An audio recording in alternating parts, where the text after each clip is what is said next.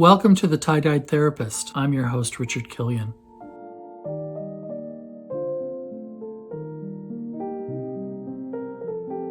And welcome to Wisdom Card Wednesday, where each Wednesday we take a card from the Wisdom Card deck and we take some time and discuss it and talk about why it's important to you. In today's episode, we're going to talk about a card that has significant meaning for me. This card is called All or Nothing. The reason that it has significant meaning for me is that as a therapist, I talk about this concept a lot because I have a lot of anxious people on my caseload. All or nothing thinking comes from cognitive behavioral therapy. It's considered a thought distortion. Let me describe a little bit about what all or nothing really means. When somebody has all or nothing thinking, they think in extremes and absolute terms. So in other words, things are all or nothing. They are always or never, right or wrong. The problem with that is that these people, when they think this way, there's no middle ground. There's no gray zone. It's either one way or the other. And the problem with that, the reason that it's a distortion, is that that's not the way most things in life work. There's usually a spectrum. There's usually a gray zone. It's not such an absolute thing. And yet when I talk to anxious people, this is the thought distortion that most comes up in our conversations. So the thing about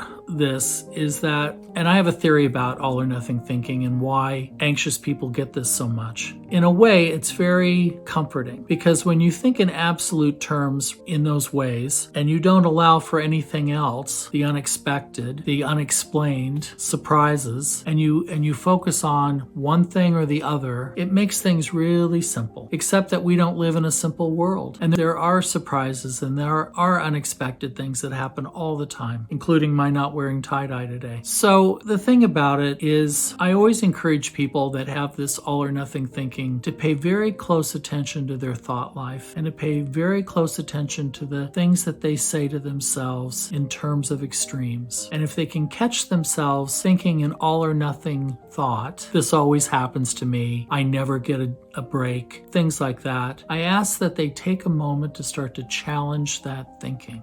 Because that's the only way that all or nothing thinking gets removed from our thought life. We have to challenge the thought consistently. We have to be very mindful of the idea that things are not one way or the other. They're usually a combination of the two. But for the people that I've worked with over the years that have really gotten a handle on their all or nothing thinking, they've been able to reduce their anxiety significantly and live happier lives. So I leave that with you today, and until next time, bye-bye.